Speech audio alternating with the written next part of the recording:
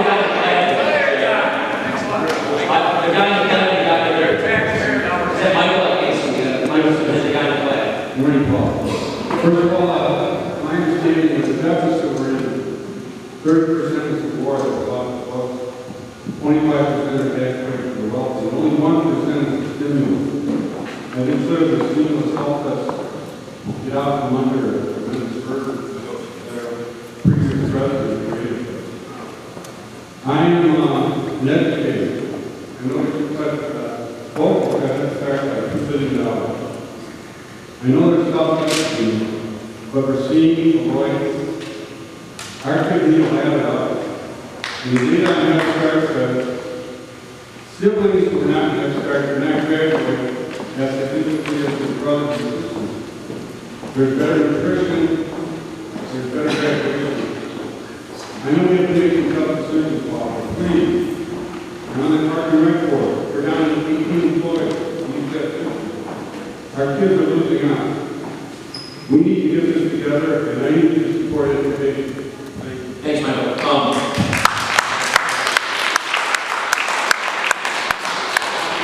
The first budget we put in tried to bring back the big increases that occurred.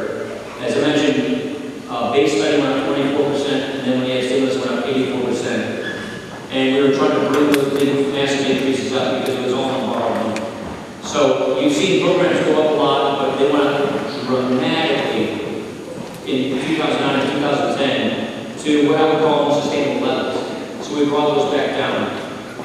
Again, we had a bipartisan agreement in August to put caps on what we call discretionary spending.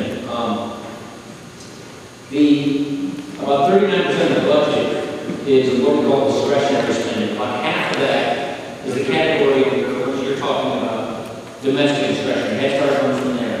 The other half is defense. Now, this part of government is what Congress is supposed to appropriate every single year.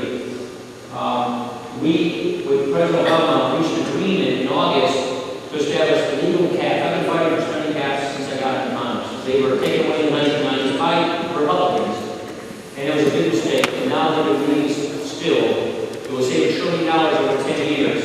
But the point I'm trying to get at now, Michael, is there is now bipartisan agreement at the total level of spending of discretionary spending, this category of government. We haven't had that in a long time.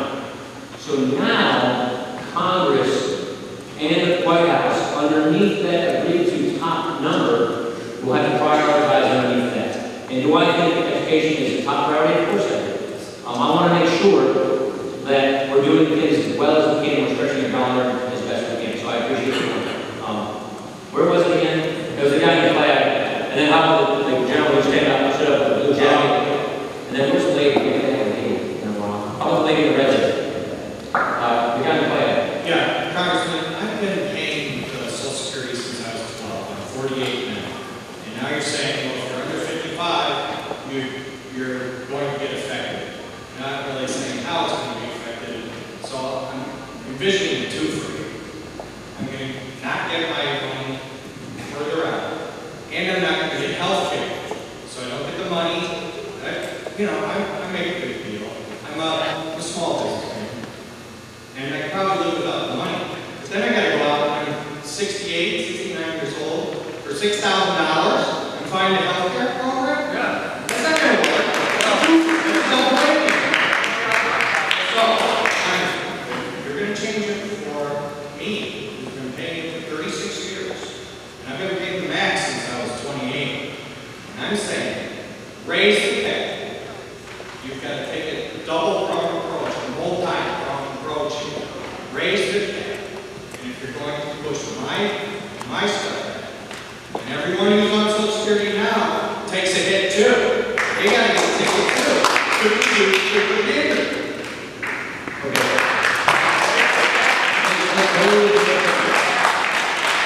So, as I propose specific legislation, so I'll answer your question specifically because I think I've been talking about it.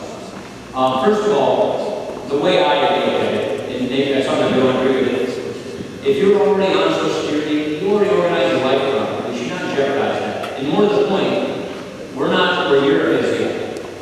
So we can continue to guarantee people their their Social Security benefits, and I think they should. More to the point, we're at a stage, and this may not last that much longer, where if you're about to retire, if you're 55 and above, the government can still guarantee those benefits to people. I'm talking about Medicare and Social Security. We should do that. If we can keep the promise that government has made to these people, we should. And I say we can. Now, here's the key. For us, those of us who are below 54, these programs won't be there for us like they're designed today. They'll be there for you.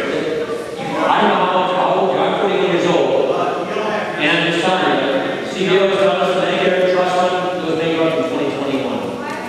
And when the Social Security IOUs run out, there's an across-the-board 21% benefit cut that hits everybody indiscriminately. So it's not as if these programs are on solid financial footing. Let me put it in a different way. By the year 2025, Social Security, Medicare, and Medicaid, plus the interest on our debt, consume 100% of all federal revenues. There's no money left for anything else. And these programs, you literally cannot tax away on this problem. If you try to actually, and I'll get to that in a second, but it just doesn't make sense. No offense, but peanut gallery thing is working too well. Here's what I'm proposing. What I simply proposed is, don't change the benefits for people who are above 55. They've already retired, they're about to retire. Leave them alone. That's why I give them all these Medicare proposals that are passed in healthcare law. The other thing is, don't, for future retirees, don't give the wealthy as much of a benefit increase as everybody else. The second thing I propose is there are people in America who live on nothing but Social Security and they're under the poverty line. So lift the minimum benefit of Social Security to keep everybody out of poverty so that they're not under the poverty line and pay for that by taking away from people at the higher end of the income scale. The other thing is this. When Social Security was designed, the retirement age was set at 65 and life expectancy for males was 63 years old. The numbers ended up funny back then. We're living a lot longer, and the program was never designed to last as long. And so for future generations, those of us who are younger, who are expected to live a lot longer, I think the retirement age should reflect longevity. I don't think we should do that now because people have already organized their lives. But very slowly, raising longevity, meaning 2103, retirement age to move to the year 70 in my bill, that helps dramatically fix this program so you can avoid that 21% across the board benefit cut when we run out of Social Security IOUs. The more deficits we run in Social Security, which we are today, the faster we run out of the IOUs, and the sooner this across the board benefit cut kicks in on everybody, current seniors alike.